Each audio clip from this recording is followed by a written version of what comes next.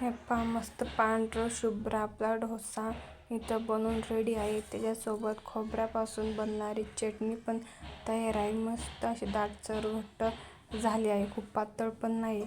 आपल्याकडं ओलं नारळ नसेल तर काही हरकत नाही. आपण खोबऱ्यापासून कशी बनवायची चटणी ते पाहणार आहोत. आणि इथं डोसा पण मस्त पांढरा शुभ्र झालेला आहे, लवकर होणारा, आणि तव्याला चिटकत पण नाही. तव्यावरती डोसा आपण टाकला की लगेच साईडनी सुटतो.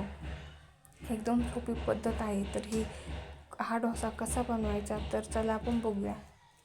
तर त्यासाठी इथं मी तांदूळ व उडदाची डाळ घेतले. ह्या वाटीने मी इथं 2 वाटी तांदूळ घेतले आहेत. तर इथं रेशनचे तांदूळ आहेत. आणि त्याच वाटीने 1 वाटी मी इथं उडीद डाळ घेतली आहे. तर डाळ आणि तांदूळ आपल्याला स्वच्छ 3 ते 4 वेळेस स्वच्छ धुवून घ्यायचे आहेत.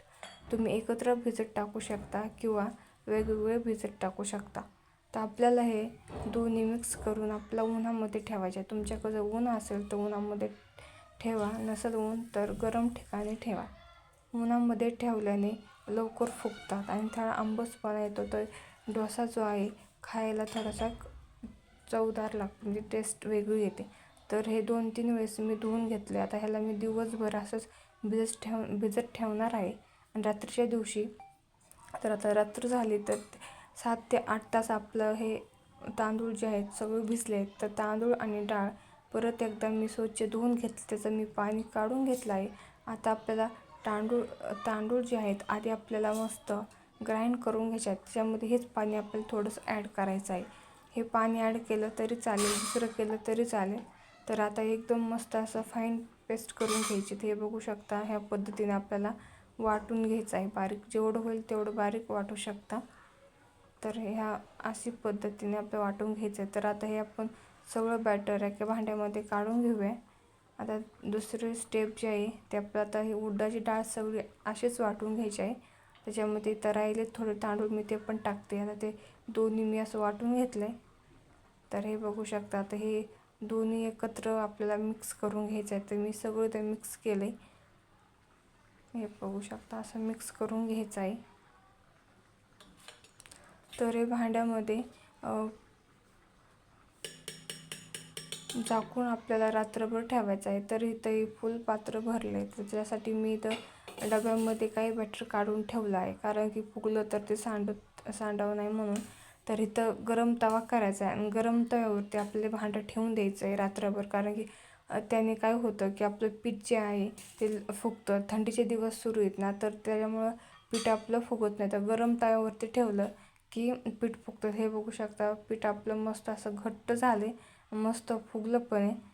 तर हे आता आपण डब्यातलं पण चेक करूया. बघा, डब्यातलं पण असं भारी फुगलं गेलं आहे. तवा थोडा गरम झाला की गॅस बंद करून त्याच्यावरती असं हे डबे ठेवून द्यायचे. म्हणजे काय होतं की आपलं पीठ मस्त फुगतं.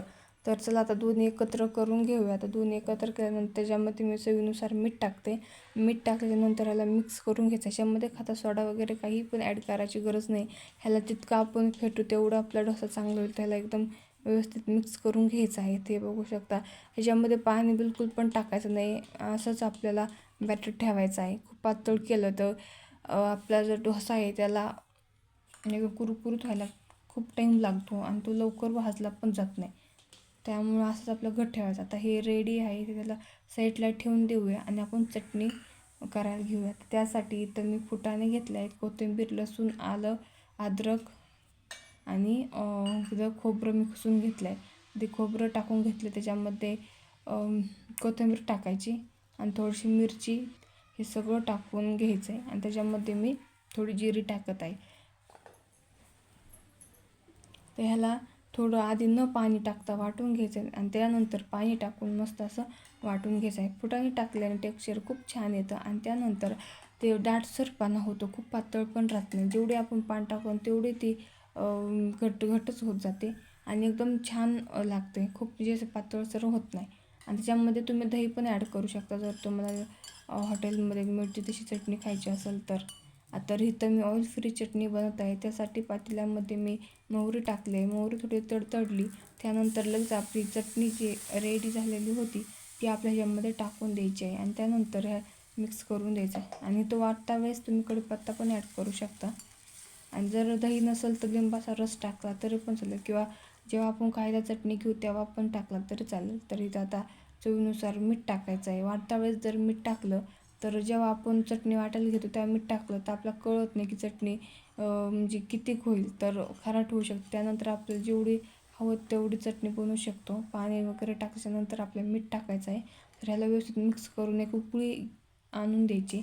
एक उकळी जर आली की थोडा गॅस कमी करून 1-2 मिनटं त्याला शिजू द्यायचं आहे. तर मग असं दाटसरपणा घट्ट होते चटणी. बघा आपली मस्त अशी घट झाली. आता रेडी झाली चटणी, साईडला ठेवूया. डोसा करायला घेऊया.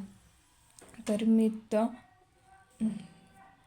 असं पॅन घेतला आहे, डोसा पॅन. तर तो गरम झाला आहे आणि त्यानंतर आता हे बॅटर जे आहे त्याला चांगलं आता मिक्स करून घेऊया. आणि मिक्स झाल्याच्यानंतर ह्याच्यावरती असं आपलं चांगलं पसरून घ्यायचं आहे मस्त.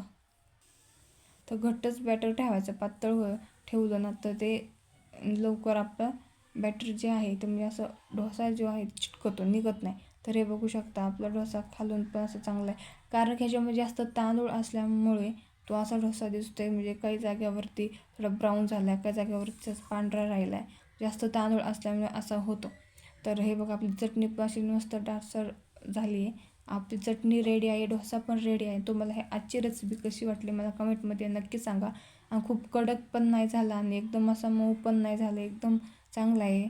म्हणजे ज्यांना चावत नाही तर त्यांच्यासाठी पण चांगलं आहे, कारण की डोसा ना आपला खूप असा मस्त झाला आहे. तर हे बघा दुसरा पण डोसा मी रेडी केला आहे. आणि ह्या पद्धतीने तुम्ही मेजरमेंट केलं ना तर काय होईल की एकदम लवकर डोसा म्हणजे लवकर होतात डोसे. काही डोसे आपण खूप म्हणजे असं पातळ जर पीठ केलं ना तर डोसे जे खूप वेळ लागतो डोसा व्हायला आणि खाली चिटकवतो. तर असं मेजरमेंट नक्की घ्या. थोडंसं तांदूळ जास्त घ्यायचे. तुम्हाला आजचा व्हिडिओ कसा वाटला मला कमेंटमध्ये नक्की सांगा. भेटूया नेक्स्ट व्हिडिओमध्ये.